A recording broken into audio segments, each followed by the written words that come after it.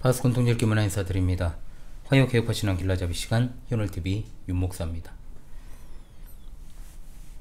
지금 우리가 인간론 공부하는 중에 있죠. 오늘은 9번째 시간입니다. 제3장 인간의 죄에 관한 3번째 시간으로 오늘은 죄의 전가에 대해서 공부하도록 하겠습니다. 오늘도 변함없이 집중해서 공부하는 시간을 갖도록 하죠. 자, 전가에 대해서 공부하기에 앞서 전가라는 단어가 어떤 뜻을 가지고 있는지를 우리가 살펴보는 것이 중요하겠죠. 전가라고 하는 것은 우리가 그 무엇을 다른 사람에게 넘기는 것을 뜻합니다. 신학적으로 이야기하면 죄 또는 의를 다른 사람에게 넘기는 거죠. 그래서 전가에는 죄의 전가와 의의 전가가 있습니다. 죄의 전가라고 하는 것은 죄를 돌리는 것인데, 아담과 하와가 지은 죄를 모든 인류에게 유전적으로 생덕적으로 전가시키고, 신자는 그 전가받은 죄를 그리스도께 전가시키는 것을 말하죠. 의의 전가라고 하는 것은 의를 돌리는 것이다. 즉 그리스도께서 획득하신 의를 신자에게 전가시키심으로 신자가 의인이 된 것을 말하는 겁니다. 이 전가 교리에 관한 가장 확실한 말씀은 로마서 5장 12절로 19절에 게시되어 있습니다. 이 부분은 정말로 중요합니다. 제가 낭독하죠. 그러므로 한 사람으로 말미암아 죄가 세상에 들어오고 죄로 말미암아 사망이 들어왔나니 이와 같이 모든 사람이 죄를 지었으므로 사망이 모든 사람에게 이르렀느니라. 죄가 율법이 있기 전에도 세상에 있었으나 율법이 없었을 때에는 죄를 죄로 여기지 아니하였느니라. 그러나 아담으로부터 모세까지 아담의 범죄와 같은 죄를 짓지 아니한 자들까지도 사망이 왕노릇하였나니 아담은 오실자의 모형이라. 그러나 이 은사는 그 범죄와 같지 아니하니 곧 한 사람의 범죄를 인하여 많은 사람이 죽었은즉 더욱 하나님의 은혜와 또한 한 사람 예수 그리스도의 은혜로 말미암은 선물은 많은 사람에게 넘쳤느니라. 또 이 선물은 범죄한 한 사람으로 말미암은 것과 같지 아니하니 심판은 한 사람으로 말미암아 정죄에 이르렀으나 은사는 많은 범죄로 말미암아 의롭다 하심의 이름이니라. 한 사람의 범죄로 말미암아 사망이 그 한 사람을 통하여 왕노릇하였은즉 더욱 은혜와 의의 선물을 넘치게 받은 자들은 한 분 예수 그리스도를 통하여 생명 안에서 왕노릇하리로다. 그런즉 한 범죄로 많은 사람이 정죄에 이른 것 같이 한 의로운 행위로 말미암아 많은 사람의 의롭다 하심을 받아 생명에 이르렀느니라. 한 사람이 순종하지 아니함으로 많은 사람이 죄인 된 것 같이 한 사람이 순종하심으로 많은 사람이 의인이 되리라. 아멘. 너무나도 명백한 말씀이죠. 자, 해당 본문은 아담의 범죄 그리고 그리스도의 구속 사역을 대조하고 있는 말씀이 되겠습니다. 요지는 뭐냐? 한 사람 아담의 범죄로 인하여 죄가 세상에 들어왔고, 또한 죄로 말미암아 사망이 모든 사람에게 임하였으며, 한 사람 예수 그리스도의 의로운 행위로 인하여 그리스도 안에 있는 모든 사람이 구원 영생에 이르게 되었다라는 말씀입니다. 자, 그래서 앞서의 이 모든 사람에게 임하였다고 했을 때 모든 사람은 모든 인류를 가리키는 것이요, 뒤에 나오는 사람들은 바로 모든 사람은 예수 그리스도 안에 있는 모든 사람을 가리키는 것입니다. 자, 일단은 우리가 용어에 대해서 조금 더 살펴보도록 하죠. 성경에서 전가에 관해 사용된 히브리어는 하샤브입니다. 자, 이 뜻은 계산하다, 여기다 고려하다. 헬라어로는 로기조마이, 간주하다, 무엇을 고려하다, 무엇에 계산에 넣다 등의 의미를 갖죠. 영어로는 imputation입니다. 즉 전가의 가장 적절한 신뢰라고 한다면 바울 사도가 빌레몬에게 보낸 서신 빌레몬서에 나오는데, 한때 노예요, 도둑이고 또한 도망자 오네시모, 당시 로마법에 의해서는 사형에 해당하는 그를 관대한 마음으로 받아줄 것을 주인 빌레몬에게 요청하는 내용이 빌레몬서죠. 그러면서 18절 말씀, 그가 만일 내게 불의를 하였거나 내게 빚진 것이 있으면 그것을 내 앞으로 계산하라 했습니다. 자, 여기 계산하라는 말씀에 적절한 전가의 예시가 들어있지요. 자, 그렇다면 우리가 죄의 전가, 의의 전가에 앞서 죄의 전가에 대해서 우리가 공부하죠. 죄의 전가에는 아담의 죄를 전 인류에게 전가시킴과 그리고 신자들의 죄를 그리스도께 전가시킴이 있습니다. 이것은 법적으로 혹은 종교적으로 어떤 사람의 허물이나 책임을 다른 사람에게 덮어 씌우는 것을 의미하고, 혹은 사람에게 상이나 벌을 받게 하는 것을 뜻합니다. 그러므로 성경에서 죄의 전가를 함은 인류의 조상 아담의 죄책을 그 후손인 인류에게 전가하는 것을 뜻하지요. 그러므로 인류는 죄에 대한 연대적 책임을 지게 되는 것입니다. 아담의 죄를 우리가 보통 유전죄라고 부를 수 있는 것은 바로 이런 측면이라고 볼 수 있는 거죠. 자, 아담의 죄를 전 인류에게 전가시켰다라고 하는 사실. 자, 로마서 5장 12절로 19절 제가 방금 낭독했죠. 여기에서 이제 아담 한 사람으로 말미암아라는 말이 무려 8번이 나옵니다. 아담의 최초 범죄가 그의 후손들에게 전가되었다라고 성경에 가르칠 때 그것은 그 후손들이 실제로 그 최초의 죄를 범했다는 뜻은 아닙니다. 그러나 하나님께서 아담에게 선언하신 형벌이 그 후손들에게 임한 거죠. 아담은 인류의 대표자로 최초의 죄를 범했고 그 후손들은 그 형벌을 받았습니다. 자, 그렇다면 아담의 죄가 그 후손들에게 전가되었다고 하는 것이 아담의 후손들이 비록 선하지만 아담의 죄에 대한 형벌을 받는다, 뭐 이런 것을 뜻할까요? 아닙니다. 한마디로 선한 사람들이 오래전에 아담이 지은 죄로 인해 하나님께 악한 자로 취급받아서 그들이 선함에도 불구하고 죄의 형벌을 받는다? 이런 것을 의미하지는 않는다는 겁니다. 물론 아담이 범한 죄에 대한 형벌을 후손들이 받지만 그 후손들도 모두 악하다라고 하는 사실, 그리고 죄를 짓는다라고 하는 것, 그러므로 아담의 후손들이 받는 형벌은 먼저는 아담의 죄 때문이요, 다음은 자신들의 죄 때문이라는 것을 우리가 바르게 인식을 해야 됩니다. 자, 그러므로 첫째, 아담 한 사람의 범죄로 인해 죄가 세상에 들어왔고 아담의 본성의 부패성이 그 후손들에게 전가됩니다. 즉 아담이 범한 죄로 인해 타락한 죄의 오염과 부패성이 전 인류에게 전가되었다라고 하는 거죠. 아담이 인류를 대표한 자로 죄를 범하였으므로 아담이 지은 죄는 모든 인류 정죄함의 기초가 되었고 모든 사람이 죄를 범한 것처럼 취급됩니다. 사람은 그러므로 나면서부터 죄 중에 잉태되는 겁니다. 둘째, 아담 한 사람의 범죄로 말미암아 모든 사람이 범죄하게 되었습니다. 자, 이것은 죄의 보편성이라고 불리는 것입니다. 개인이 일상적으로 경험하는 죄를 포함하는 것이 아닙니다. 모든 사람이 죄를 범했다라고 하는 것은 온 인류의 대표자 아담이 범죄했을 때 연대적으로 죄책을 갖기 때문입니다. 아담은 행위 언약에 있어 인류의 대표자이기 때문에 아담 한 사람의 범죄는 곧 모든 사람의 범죄로 간주됩니다. 셋째, 아담 한 사람의 범죄로 모든 사람이 정죄에 이르렀습니다. 자, 이것을 정죄의 보편성이라고 합니다. 자, 정죄라 함은 법정적인 행위입니다. 법정에서 죄 있다고 선고하는 것이죠. 아담 한 사람의 죄로 모든 사람이 정죄에 이르렀습니다. 따라서 모든 사람이 정죄받은 근거는 1차적으로 우리 바깥에 있는 것이지만 아담의 후손들은 아담의 혈통을 이어받아 아담이 범한 죄의 오염된 상태로 태어납니다. 갓난 아이들도 상대적 무죄성을 가지고는 있지만 여기서 벗어나지 못한다는 거죠. 넷째, 아담 한 사람의 범죄로 말미암아 모든 사람을 죄의 종으로 만들었습니다. 주님께서는 말씀하시기를 죄를 짓는 자마다 죄의 종이라 했습니다. 왕노릇하다 라는 말은 지배하다, 주관하다, 다스리다, 통치하다, 영향력을 행사하다 라는 뜻입니다. 즉 죄를 짓는 사람들에게는 주인이라는 거죠. 죄는 사람의 지식, 감정, 의지와 같은 전인격에 결정적으로 영향력을 행사해서 죄를 짓게 만듭니다. 그런데 죄의 지배는 강제적이고 억압적인 게 아닙니다. 자연적인 겁니다. 왜냐하면 범죄하여 타락한 인간의 본성 자체가 죄의 부패성, 죄의 성질이기 때문에 그렇습니다.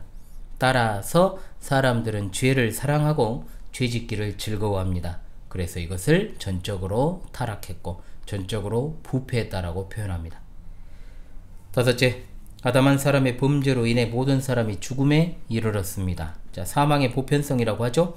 하나님께서 아담에게 선악을 알게 하는 나무의 열매를 먹지 말라, 내가 먹는 날에는 반드시 죽으리라고 했고 범죄한 후에 내가 얼굴에 땀이 흘러야 식물을 먹고 결국 흙으로 돌아가리라. 모든 사람은 아담의 죄책에 참여했습니다. 그리고 전적인 부패와 그 죽음을 같이 합니다. 영적인 죽음을 말하고 있습니다. 여섯째, 아담 한 사람의 범죄로 인해 사망이 모든 사람 위에 왕노릇하였습니다. 여기서는 이제 사망을 인격화해서 사망이 마치 독재 군주인 것처럼 모든 시대 모든 사람을 지배한다는 거죠. 도피가 불가능합니다. 동서고금 남녀노소를 가리지 않습니다. 모든 사람을 지배하고 무덤에 결국 들어가게 만드는 거죠.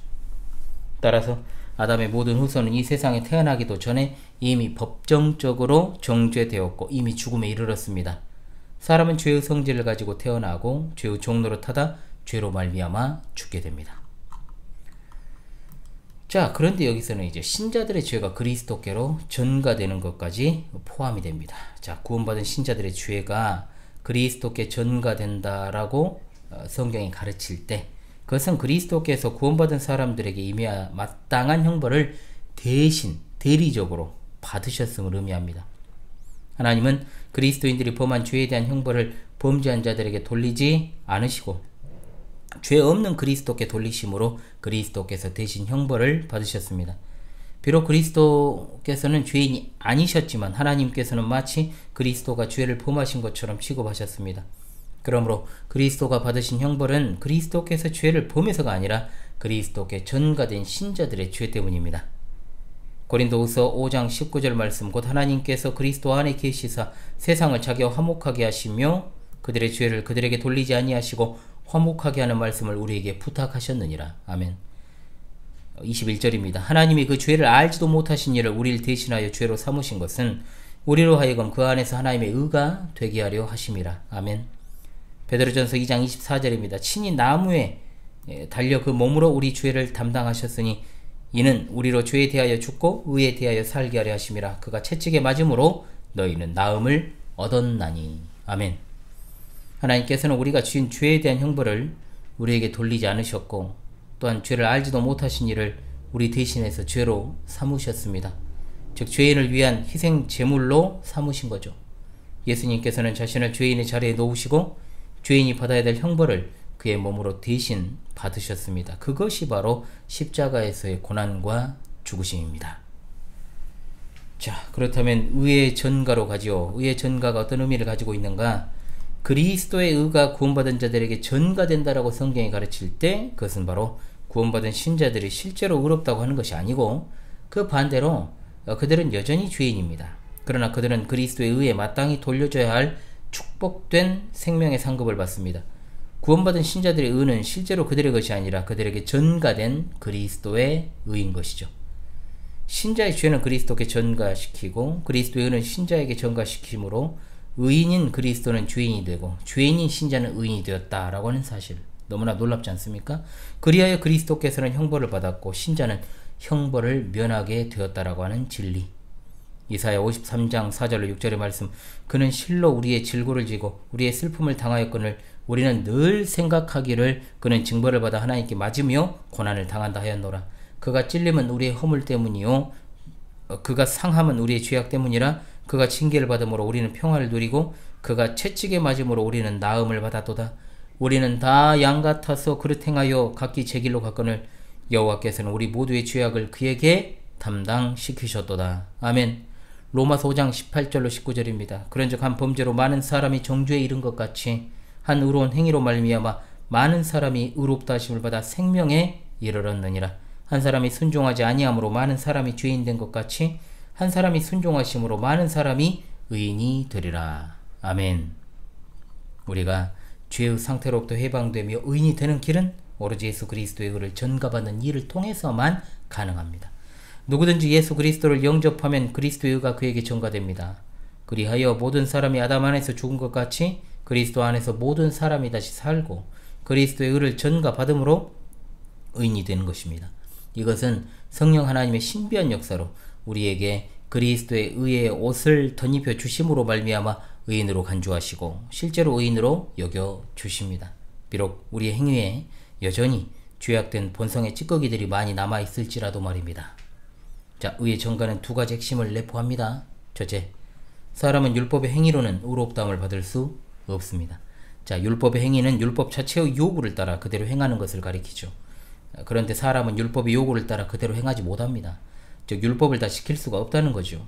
첫사람 아담의 범죄로 전적으로 타락했고 전적으로 부패했고 전적으로 무능력해졌습니다.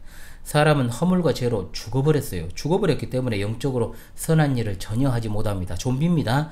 자기 노력으로 의롭다함을 받을 수가 없습니다. 누구도 예외 없이 율법을 지킴으로 의롭다함을 받을 수 없습니다. 사람이 의롭게 되는 것은 율법의 행위에 있지 않습니다. 둘째, 사람은 그리스도를 믿음으로만 의롭다함을 받습니다. 자, 대표적으로 아브라함은 믿음으로 의롭다함을 받았습니다. 마찬가지입니다. 신자들도 믿음으로 의롭다함을 얻습니다. 따라서 늘 제가 말씀드리는 것처럼 아브라함의 신앙과 우리 신앙은 동일합니다. 칭의는 법정적 행위입니다. 정죄가 법정적 행위인 것처럼 칭의도 법정적 행위입니다. 칭의란 의롭다고 선포하는 법정적 행위. 따라서 예수 그리스도를 믿음으로 말미암아 의에 이르게 되었습니다. 다시 말해 우리가 의롭다함을 받은 것은 예수 그리스도의 한 의로운 행위 때문에 그렇습니다. 우리가 의롭다함을 받은 근거는 1차적으로 우리 자신들 바깥에 있다는 거죠. 아울러 믿음으로 그리스도의 의를 선물로 받은 자들은 죄에서 구속함을 받고 영생을 얻게 되고 그리스도와 함께 후사가 되어 생명 안에서 왕노릇하게 되는 겁니다. 죄로 죽었던 자들이 사망의 권세에서 해방되었고 영적으로 살리심을 받았고 그리스도와 함께 후사가 되고 왕들이 되는 겁니다. 자, 우리가 이 귀중한 진리를 바르게 인식하고 깨달아 할 수 있기를 원합니다. 그런데 이제 죄의 전과와 관련한 이설들은 언제나 있기 마련이죠. 모든 교리가 그러합니다. 대표적으로 펠라기우스주의와 간접 전가설이라는 것이 있는데요. 먼저는 이제 펠라기안파와 소시니안파가 주장하기를 그들은 아담의 죄가 전 인류에게 전가되는 사실을 전적으로 부인했죠. 펠라기우스는 주장하기를 하나님은 사람의 영혼을 직접 개별적으로 죄 없이 창조하였다. 각 사람의 영혼이 아담의 죄와 관계가 없기 때문에 무죄하며 오염되지 않았다. 아담의 죄는 인류에게 전가되지 않았다. 아담은 선하지도 악하지도 않은 중립 상태로 창조되었다. 오늘 사람들도 아담의 타락 이전과 같은 상태로 죄 없이 태어난다. 사람은 자기가 원하는 대로 죄를 범할 수도 있고 범하지 않을 수도 있다. 그러므로 원죄와 같은 것은 우리와 상관이 없다. 원죄가 없다는 뜻이에요. 아담의 범죄는 사람들이 범하는 죄의 행동의 본보기가 되지만 우리의 죄와는 상관이 없다. 아담과 철저하게 분리시키죠. 더욱이 사람은 죄 때문에 죽는 것이 아니라 사람이 태어나면 죽는 것이 정한 이치라는 자연 법칙 때문에 죽는다. 하나님이 없다는 뜻이죠. 아담은 죄를 범하지 않았을지라도 죽었을 것이다 라고 주장을 했습니다.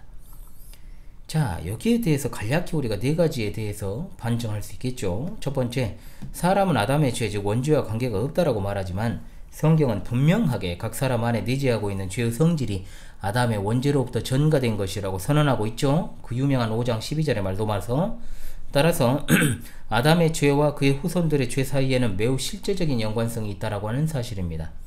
그리고 두 번째, 사람 안에 죄의 성질이 없다고 하지만 성경과 양심 그리고 인간의 체험과 경험을 통틀어 봤을 때 사람 안에 죄의 성질이 있다라고 선언을 합니다. 죄의 행동들은 죄의 성질에서 나오는 것이기 때문입니다. 그리고 세 번째입니다. 사람이 범하는 죄의 행동이 죄의 원인이라고 하지만 실제 죄의 원인은 사람 안에 내재하는 죄의 성질입니다. 다시 말하자면 사람 안에 있는 죄의 성질이 죄를 짓게 만드는 거죠. 그리고 네 번째, 사람은 자연법칙 때문에 죽는다고 하나 성경은 죽음이 죄의 삭시라고 분명하게 선언하고 있습니다. 하나님은 아담이 범죄하지 않았을 경우 영생하도록 창조하셨습니다. 분명한 사실입니다. 그러나 아담이 범죄함으로 말미암아 아담과 아담 안에 있는 모든 사람이 죽음에 이르게 된 것입니다. 자, 그 다음으로 이제 간접 전가설이라는 게 있습니다. 이름에서 알 수 있는 것처럼 간접적으로 전가되었다. 즉 아담의 죄가 그의 후손들에게 즉각적으로 그리고 직접적으로 전가된 것을 부정하죠. 간접 전가설에 따르면 하나님은 아담의 죄를 그의 자손들에게 전가시켰기 때문에 부패하게 태어나는 것이 아니라 그들이 부패하기 때문에 하나님이 아담의 죄를 그들에게 전가시켰다는 겁니다. 이런 주장 역시 아담의 원죄, 특히 죄의 부패성이 그의 모든 후손들에게 전가된다는 성경 말씀에 위배되고 있죠. 그러므로 한 사람으로 말미암아 죄가 세상에 들어오고 죄로 말미암아 사망이 들어왔나니 이와 같이 모든 사람이 죄를 지었으므로 사망이 모든 사람에게 이르렀느니라라고 하신 말씀, 아담의 죄는 모든 인류에게 직접적으로 전가된 사실을 우리는 믿습니다. 아멘. 예, 오늘은 인간의 죄에 있어서 전가 교리에 대해서 공부를 했습니다. 여러분, 굉장히 중요한 내용이니까 다시금 복습하시고요. 자, 다음 주는 그에 따른 형벌과 징계에 대한 공부를 끝으로 제3장 인간의 죄에 대한 시간을 마무리하도록 하겠습니다. 예, 뭐 아시다시피 인간론 같은 경우에는 금방 이제 마무리가 될 것입니다. 올해 뭐 말까지도 가지 않을 거예요. 이 부분 같은 경우에는. 그래서 올해 안에 이제 다 정리가 되고 나면은 이제 내년도 방송 개편 하는데 지장은 없는데, 내일 벨기에 신앙고백서가 아무래도 이제 내년 1월까지는 공부를 해야 될 것 같으니까요. 예, 계속 지금 좀 중첩되는 내용들이 있죠. 함께 여러분 신앙고백서의 내용과 그리고 지금 우리가 개혁화 신앙 길라잡이 교의 신학적인 내용들을 공부할 때 함께 참고하면서 공부하시는 것이 여러분들에게 많은 도움이 되지 않을까 싶습니다. 여러분 오늘도 화요 개혁화 신앙 길라잡이 시간 인간론 9번째 시간을 마칩니다. 감사합니다.